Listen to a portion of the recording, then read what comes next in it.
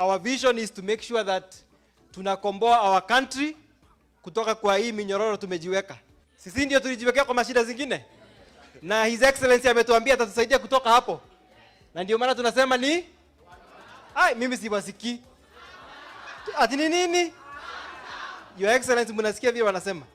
A high-profile dinner in the United States of America turned into a political showdown after Mother Karua and former Deputy President Rigathi Gachagua addressed a charged gathering of Kenyans living abroad. The two leaders, both currently perceived as leaning towards the opposition, landed in the US to a warm reception, only for the evening to explode into anti-Ruto chants, political declarations, and what could now be seen as the beginning of a broader campaign to end President William Ruto's grip on power.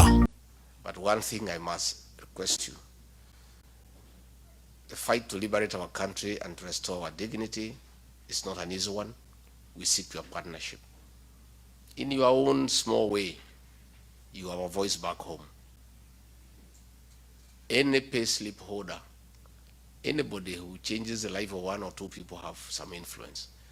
The dinner, which was meant to be a formal meeting between the Kenyan diaspora and political leaders, quickly shifted tone. From the very beginning, the mood was defiant. Chants of Ruto must go, one-term and half-term president, dominated the atmosphere, drowning out any attempts to steer the conversation into a less combative direction. The crowd was not just energized, they were angry and determined, making it clear they were not interested in Ruto's second-term ambitions.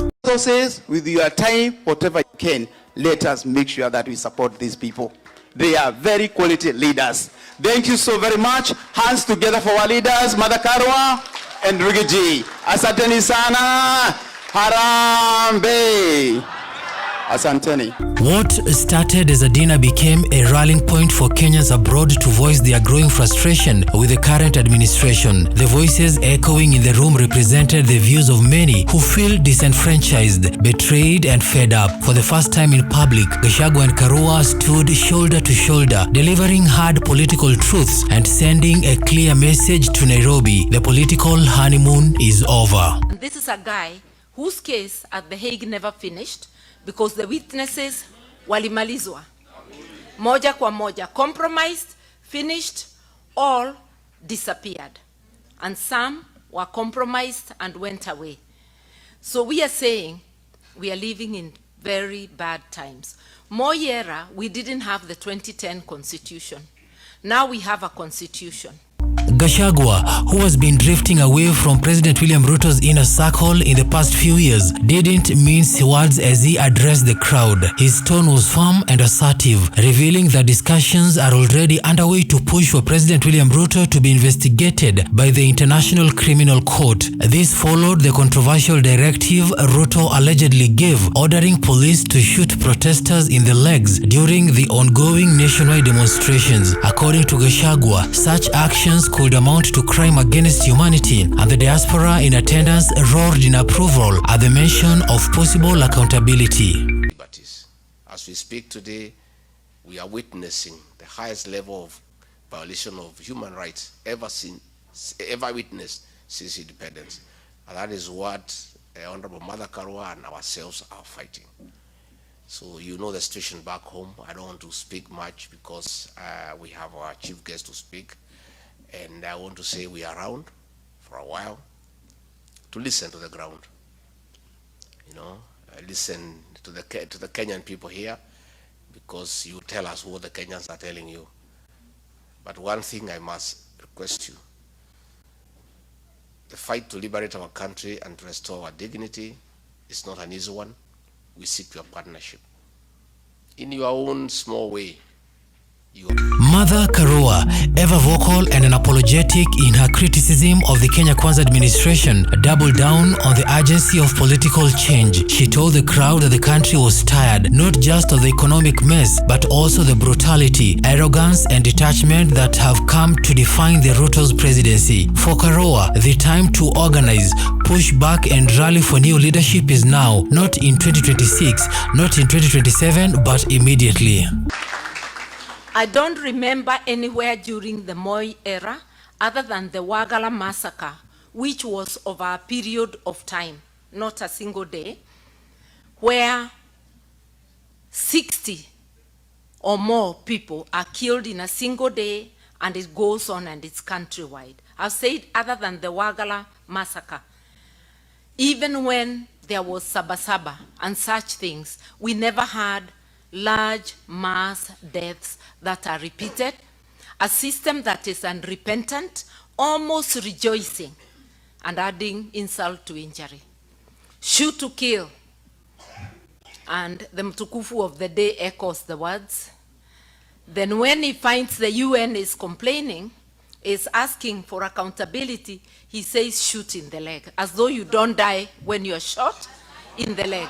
The event wasn't just another political dinner, it was a strategic moment where two heavyweights of the Kenyan political scene tested the waters for what might become an unexpected alliance that both Gachagua and Karua, who represent completely different sides of Kenya's political spectrum, are now aligned in their rejection of Ruto, signals a serious trouble for President William Ruto. It suggests an emerging coalition that could, if nurtured, pose a real threat to Ruto's re-election's bid. The body can actually finish you, depending on where. So asking that people be shot, unarmed people, it's a criminal offense. And this is a guy whose case at The Hague never finished because the witnesses walimalizwa.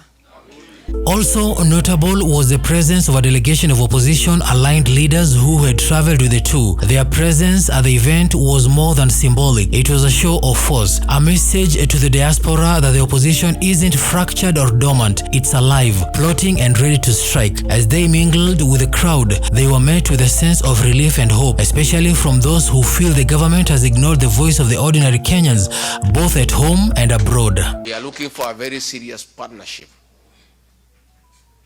with diaspora so that we can grow our country.